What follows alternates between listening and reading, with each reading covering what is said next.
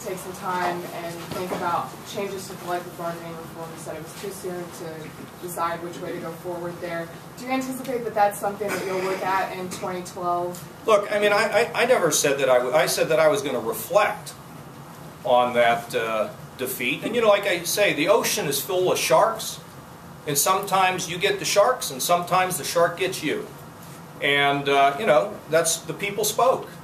And when people speak in great numbers, in great unanimity, you listen to them. What I'm looking forward to is, what do these local communities want us to do to be able to help them with the ease of doing business? Because there is no more money. We're not passing money back out again. That's not going to happen. There is no money tree. But we are talking to them all the time about improvements that they can have to help with the ease of, to help them ease their challenges in their local governments. Because I think raising taxes at the local level is just devastating to creating an environment where we can get businesses. And let me tell you, some people think you can tax your way to prosperity. The way you get the revenue in the state, and Tim will tell you this, look at his revenue numbers. When you create jobs, people pay taxes and you get more revenue.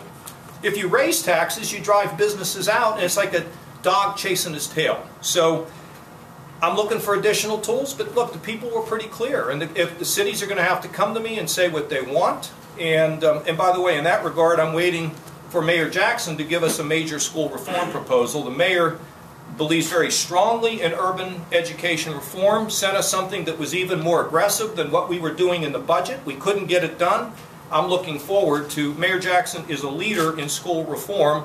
I'm looking forward to that, and that would come from a city.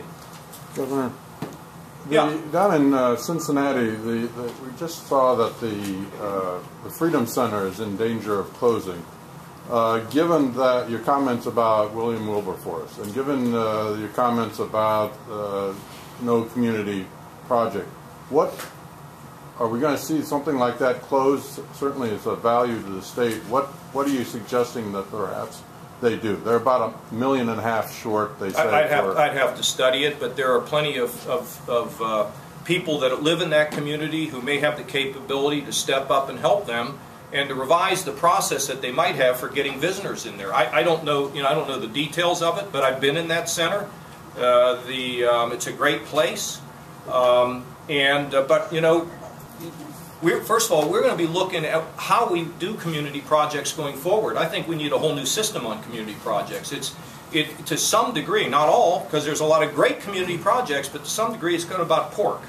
Pass out money and what do we get? So we're going to be thinking about the way in which we do community projects, because I think they're important, and facilities like that are important. But right now, you know, we're in tough times, and frankly, the reaction that I've received, of course, I get, outside of you folks, most people give me good reactions. Of course, I don't know what that means either. I've been in this business before.